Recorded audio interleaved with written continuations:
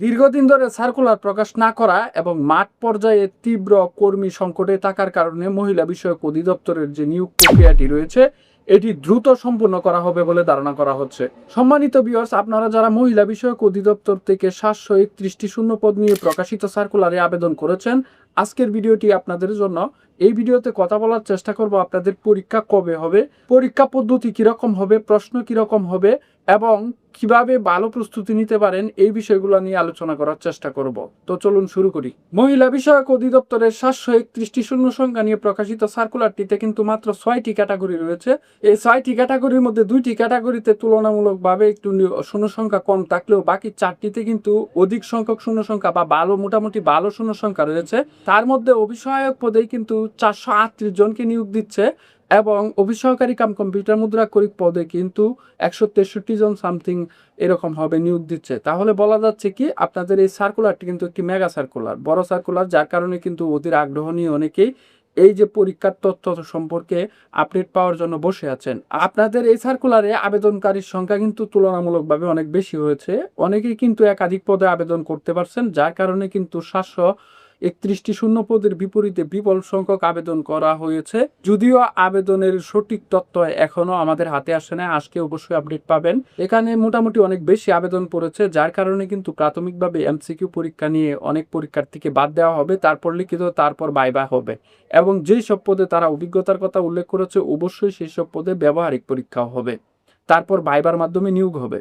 এখন কথা হচ্ছে আপনাদের প্রশ্নটি কিরকম হবে। আপনাদের প্রাথমিক বাছাই পরীক্ষা বা এমসিকিউ পরীক্ষা প্রথম দিকেই যেটা অনুষ্ঠিত হবে সেটাতে 70 থেকে 100 মার্কসের একটি পরীক্ষা নেওয়া হবে বলে ধারণা করা হচ্ছে। দেখুন, আমি বলে রাখি, মহিলা বিষয়ক অধিদপ্তর এর আগে ওইভাবে বা তেমন বড় করে কোনো নিয়োগ পরীক্ষা অনুষ্ঠিত হয় নাই। যেসব সার্কুলার হয়েছে এসব সার্কুলারগুলা বেশিরভাগই হচ্ছে জেলা ভিত্তিক অথবা হচ্ছে ছোটোখাটো সার্কুলার, যার কারণে হচ্ছে লিখিত পরীক্ষা নিতে পারছে। এখন পরীক্ষার্থীর চাপ সামলানো বিভিন্ন কারণে তারা হচ্ছে এমসিকিউ পরীক্ষা নিবে। তো যেহেতু পূর্ববর্তী ধারণা নাই যে প্রশ্নটা ঠিক কীরকম, তাই সঠিকভাবে একজ্যাক্টলি বলা যাচ্ছে না আপনাদের প্রশ্নটি এরকমই হবে। তবে আমি যে ধারণা দিচ্ছি তার কাছাকাছি হবে বলে আপনারা ধরে নিতে পারেন। আচ্ছা, এমসিকিউ পরীক্ষাটি অনুষ্ঠিত হওয়ার পর এখান থেকে অনেক পরীক্ষার্থীকে বাদ দেওয়া হবে এবং অল্প সংখ্যক পরীক্ষার্থীকে লিখিত পরীক্ষার জন্য মনোনীত করা হবে। কারণ লিখিত পরীক্ষার খাতাগুলো ম্যানুয়ালি মূল্যায়ন করতে হয়, যার কারণে সময় লাগে অনেক বেশি। এত বিশাল সংখ্যক পরীক্ষার্থীর চাপ সামলানো এই লিখিত পরীক্ষায় সম্ভব নয়। এবং লিখিত পরীক্ষায় যারা উত্তীর্ণ হবেন, যাদের ব্যবহারিক রয়েছে তারা ব্যবহারিক পরীক্ষা দিবেন এবং যাদের ব্যবহারিক নাই তারা সরাসরি ভাইবার মাধ্যমে নিয়োগপ্রাপ্ত হবেন। এবং যাদের ব্যবহারিক রয়েছে অবশ্যই ব্যবহারিকের পর আবার ভাইবা হবে, তারপর নিয়োগ হবে। তাহলে বলা যাচ্ছে 4টি ধাপে বেশিরভাগ পদের ক্ষেত্রে কিন্তু পরীক্ষা হবে।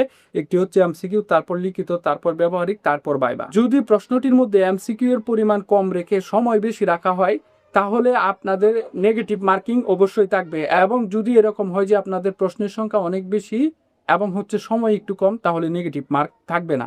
আশা করি বিষয়টা বুঝতে পারছেন। প্রশ্ন সম্পর্কে মোটামুটি একটি ধারণা হয়ে গেছে।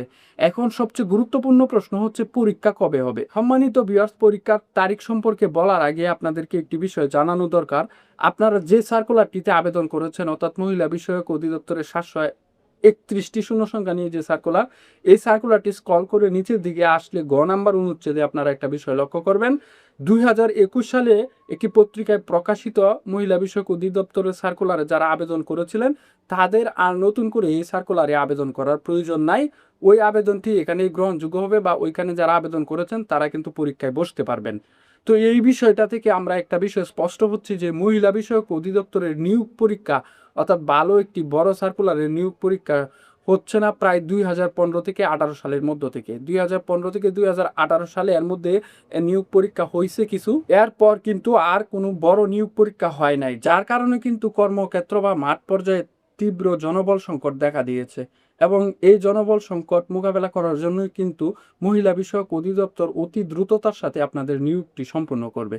তারপরও একটি সার্কুলার প্রকাশিত হওয়ার পর এটার প্রশ্ন প্রণয়ন, ডাটাবেস তৈরি, কেন্দ্র নির্ধারণ ইত্যাদি কাজগুলা করতে কিন্তু মোটামুটি একটা সময় লাগে। আপনাদের এই সার্কুলারটির আবেদনের শেষ সময় ছিল 28 জুলাই এবং এখন যদি আমরা হিসাব করি 22 থেকে 23 দিন সময় অতিবাহিত হয়ে গেছে। আর আমরা সাধারণভাবে ধরতে পারি একটি সার্কুলারের আবেদনের শেষ সময় থেকে যদি অতি দ্রুততার সাথে কাজটি করা হয় তাহলে 2 থেকে 3 মাসের মধ্যে নিয়োগ পরীক্ষা নেওয়া সম্ভব। তাই বলা যাচ্ছে যে আপনাদের সামনে হয়তো বা আর 1 থেকে 1 মাস 15 দিন কিংবা সর্বোচ্চ 2 মাস সময় আপনি ধরে নিতে পারেন, তার মধ্যে আপনাদের পরীক্ষাটি অনুষ্ঠিত হবে 100%। বর্তমানে যেহেতু আগস্ট মাস চলতেছে এবং আগস্ট মাসের শেষের দিকে চলে আসছে, তাই আমরা আগস্টের পরে সেপ্টেম্বর এবং অক্টোবরের শেষের দিকে আপনাদের পরীক্ষা অনুষ্ঠিত হতে পারে। এবং যদি কোনো কারণে অক্টোবরের শেষের দিকে পরীক্ষা অনুষ্ঠিত হতে সমস্যা হয়েই যায়, তাহলে নভেম্বরের মধ্যে মাস্ট বি পরীক্ষা হয়ে যাবে, এটা আপনি নিশ্চিতভাবে ধরে নিতে পারেন। এখন আপনি এটা বলতে পারেন এখানে সময় তো প্রায় 2 মাস বা 1 মাসেরও অধিক সময় রয়েছে, তাহলে এখনই কেন প্রস্তুতি নিতে হবে? অ্যাকচুয়ালি এই যে সার্কুলারটি প্রত্যেকটি পদের বিপরীতে বা প্রত্যেকটি ক্যাটাগরির বিপরীতে এত বিশাল সংখ্যক আবেদনকারী রয়েছে যে এখানে তীব্র প্রতিযোগিতা হবে। এখানে দ্রুততার সাথে প্রস্তুতি নেওয়া শুরু করতে হবে।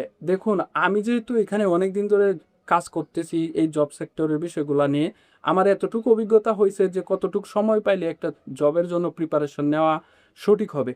সেই তুলনায় বা সেই অভিজ্ঞতা থেকে আমি বলতে পারি, এই যে 2 মাস কিংবা 1.5 মাস সময় যদি আপনি ধরেন, তাহলে এই চাকরির প্রস্তুতির জন্য কিছুই না। আপনাদের মধ্যে যাদের তীব্র প্রতিযোগিতা করার প্রবল আগ্রহ রয়েছে এবং যারা মেধাবী, পড়াশোনা করতে ইচ্ছুক, তারাই হয়তোবা এখানে ভালো কিছু করতে পারবেন। সেই লক্ষ্যেই কিন্তু আমি আপনাদের জন্য তৈরি করেছি স্পেশাল একটি সাজেশন, যেখানে মহিলা বিষয়ক অধিদপ্তরের বিগত সালের যত প্রশ্ন রয়েছে সেগুলো ইনক্লুডেড করার চেষ্টা করছি এবং মহিলা বিষয়ক অধিদপ্তরের প্রশ্ন প্যাটার্ন অনুসরণ করে বর্তমান যে নিয়োগগুলো হচ্ছে সেই প্রশ্নগুলো এখানে ইনক্লুডেড করছি। আমার নিজের তৈরি করা বেশ কিছু কমন উপযোগী হবে এরকম প্রশ্ন এখানে দিয়ে রেখেছি।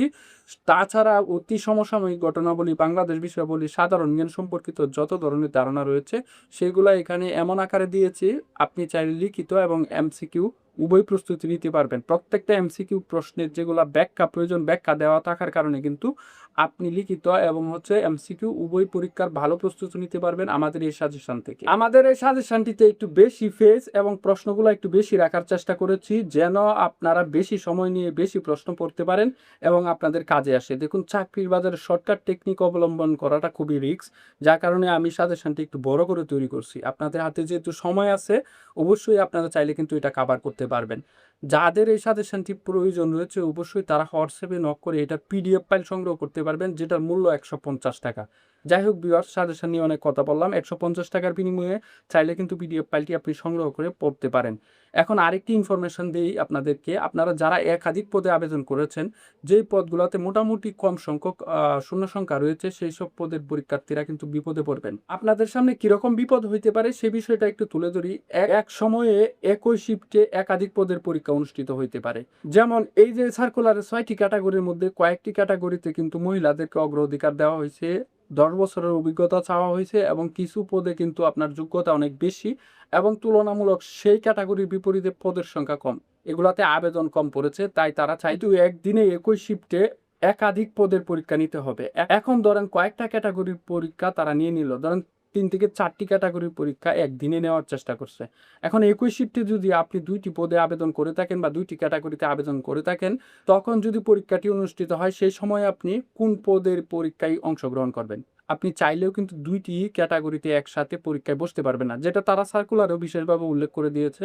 এবং বড় বড় যে 2-1টি ক্যাটাগরি রয়েছে যেগুলোর পাশে শূন্য সংখ্যা অনেক বেশি দেওয়া, সেই সব পদে হয়তোবা আপনাদের একদিনে পরীক্ষা হবে না, অর্থাৎ ভিন্ন ভিন্ন দিনে হবে। তখন চাইলে কিন্তু আপনি ভিন্ন ভিন্ন দিনে 2টা পরীক্ষাতে অ্যাটেন্ড করতে পারবেন। মহিলা বিষয়ক অধিদপ্তরের 731টি শূন্য সংখ্যা নিয়ে প্রকাশিত সার্কুলার সম্পর্কিত আরো কোনো কিছু তথ্য জানার থাকলে অবশ্যই কমেন্ট বক্সে বলে যাবেন, আমি রিপ্লাইয়ের মাধ্যমে আপনার উত্তরটি দেওয়ার চেষ্টা করব। এবং আমাদের চ্যানেলটিকে সাবস্ক্রাইব করে পাশে থাকবেন, যখনই কোনো অফিসিয়াল আপডেট এই সার্কুলার সম্পর্কিত চলে আসবে সবার আগে আমি আপনাদের মাঝে নিয়ে হাজির হব। ধন্যবাদ সকলকেই। আসসালামু আলাইকুম।